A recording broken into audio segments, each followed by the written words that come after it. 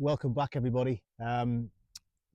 Just in my woodland at the minute, the one that I use for my bushcraft activities and various other things. And you can definitely tell that spring's in the air. All the greenery's coming through now. And just as I was coming into the wood, there's a bit of a path that sort of goes around and then in. There was about 6 deer. I think there's about 5 or 6 deer in the field, just feeding away from various ages. So that was pretty nice to see. So yeah. Well, today's video is all about food. And I said on a few videos away, I would dissect things, what I do on my trips. And one of the main questions I get asked a lot is, what do you do for food? So yeah, stay tuned. Well, depending on how big the trip is, a little bit of planning is needed. You don't want to take too much, you don't want to take too little, and you want enough food that's going to sustain you, and the right foods as well. So it does take a bit of planning. So you want something that's going to be calorific, you want something that's going to be tasty, and something that's going to be durable as well, and as I say, not too heavy. So what I would say is plan it out: main meals, snacks, and breakfasts, and obviously your fluids as well. You need to think about that. So let's break it down. So what I like to do before a trip, whether it's a 3-day trip, a 2-day trip, or even a 12-day trip like I did out in the Yukon, I would lay everything out in days. So and this all just happens to sort of tie in over the years, and you get to know what works for you food wise. So breakfast, main meals, and snacks, those 3 categories generally. That's how I go about it. And by the way, guys, this is just what I do. People do different things. I'm just giving you my perspective on food. So I would sort of lay all my meals out for ever how many days that I was going for, and then I would give a bit extra just in case things I need to stay on the trip longer or whatever. So you need to think about that. So for my main meals, what I would take, dead simple, is the dehydrated meals. Nice high calorie meals. Now these aren't cheap. I've used a company before called Expedition Foods, and calories wise, you want to be looking at round about anywhere from 300 to 1,000 calories really you can get in these meals, and they vary. Obviously, the more calories, the more expensive they're going to be. But that's one way of getting a decent kind of all-round meal in a bag, in a handy way. So there are different ones, there's Wayfarer and a few other different makes, but they'll generally range between, probably $18, about 14 quid per meal. So it's, and again, depends on the calories, it will depend on the price. So it's not a cheap option, but it's a way of making sure that you're going to get a complete meal. So let's break it down then. Let's start with the main meals. The meals that are going to give you the most calories. Let's start with breakfasts. Some people aren't breakfast people. Again, I'm just giving you my perspective. Porridge works for me. Porridge oats is my go-to, and I've just used it over the years, whether I've been, climbing hills with a heavy pack on, or, canoeing with lots of portages. That instant sort of porridge hit on a morning with some nuts and stuff like that just gives me that kick in the morning to get going. So porridge is my go-to if I can, if I've got time. So I'll always have some little porridge bags. You can get them Quaker Oats bags. I'll have 2 of them per breakfast, and that'll do me up until lunch. So that's my breakfast taken care of. Dead simple, comes in little bags. It's not heavy, and it's good calorific stuff. So porridge and nuts, breakfast. Right, this is an interesting one. When I'm canoeing or walking and stuff like that, I don't very often have a big dinner in the middle of the day. I tend to be busy doing stuff, canoeing or walking. So what works for me is during the day, I'll just snack, in the form of either, what I'm partial to now is a big bag of dehydrated beef jerky, which is really high in protein. So I'll have a big bag of that for the whole trip, which I can just dip into.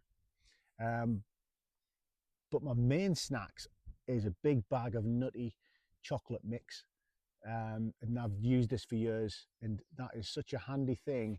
Just high calories, get it in there, If I'm paddling away, I want to get some distance covered. I don't want to be stopping over and boiling up food. Unless I've got plenty of time on the trip, then I might want to do that. But that big bag of nutty chocolate mix is my usual go-to. And you could live off that, you really could. Proteins, fats and sugars in there, and carbohydrates. When I stop for the night, when I'm finished that day, then I'll have a proper meal. So again, that'll be a dehydrated meal from one of those packs that I'll buy, depending on what I choose and how I'm feeling. I could supplement that with some beef jerky again, put that in. So, or I could have some noodles. So noodles are a good thing to take. Just a little bags of noodles. Again, supplement them up with some beef jerky. Noodles are cheap, high in carbs.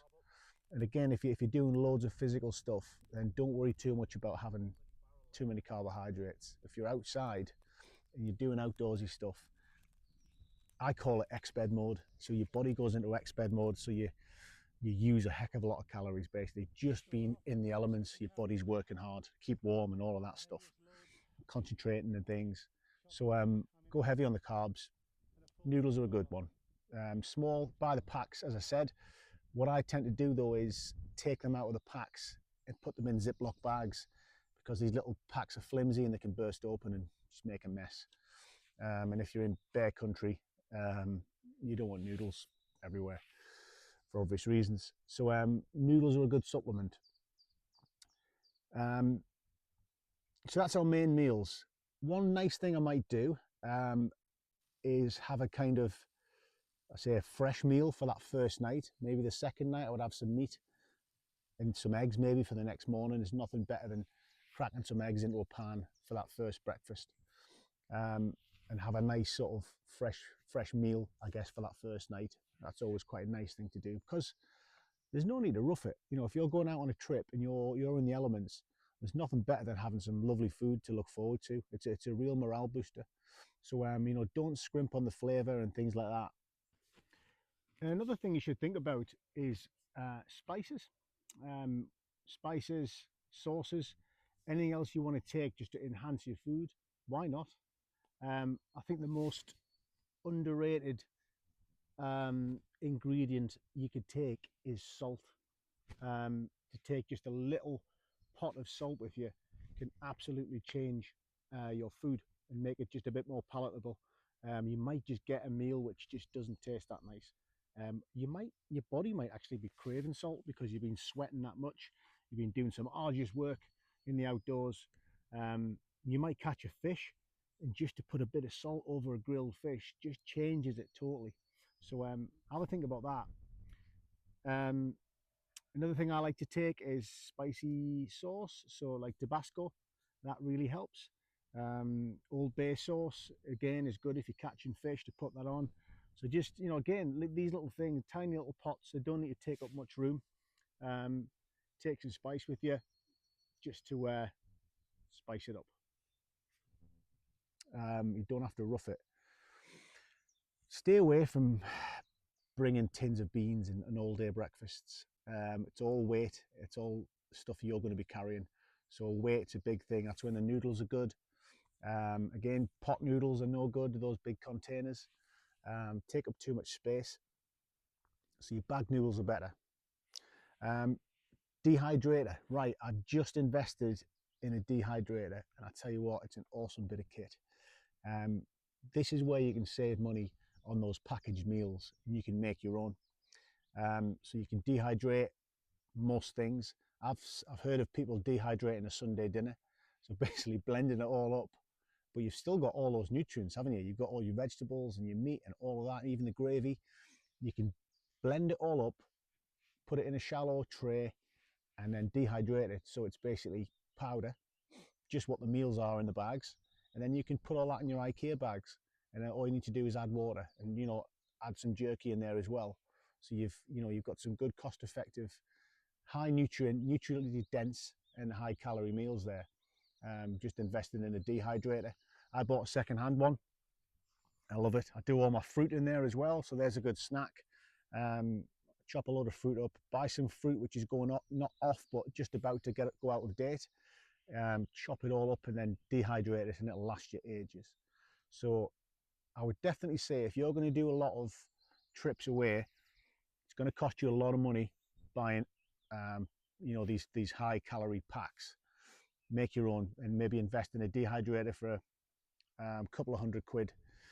You can even, I believe, dehydrate stuff in the oven on a low setting. And some of these air fryers have a dehydrating setting. So I'd love to hear if you guys do that using anything else but a dehydrator. Stick it in the comments. So I'm definitely going to be dehydrating a lot more stuff. When I was in the Yukon last year, Peter made a shed load of dehydrated moose jerky, which was absolutely amazing. There was a big bag of biltong and a big bag of sort of crispier jerky, and that was my protein, and just a really good snack to have along the way. And you don't want to be eating too much processed stuff anyway, if you can help it. So that's main meals covered. Yeah. As I say, I would lay it all out each day.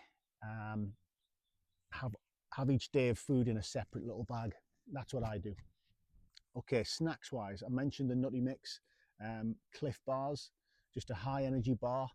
I just mentioned Cliff Bars because they were the last ones I used and I thought they were really good.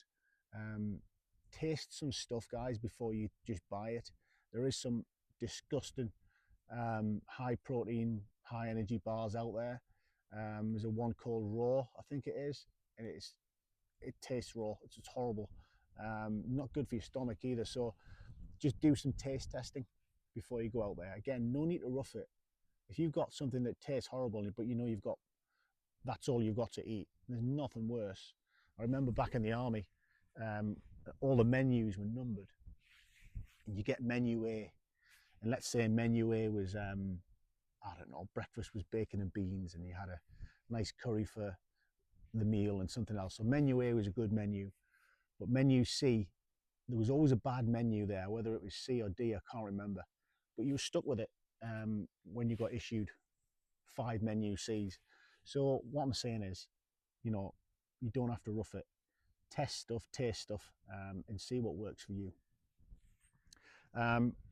Yeah, so snacks, cereal bars, dehydrated fruit. Think about your weight as well. You know, how much do you want to be carrying? And is it going to be calorific enough for you for what you're doing? Is it going to reflect on your journey? If you're hiking up hills every day carrying a big pack, and you want high calorie stuff.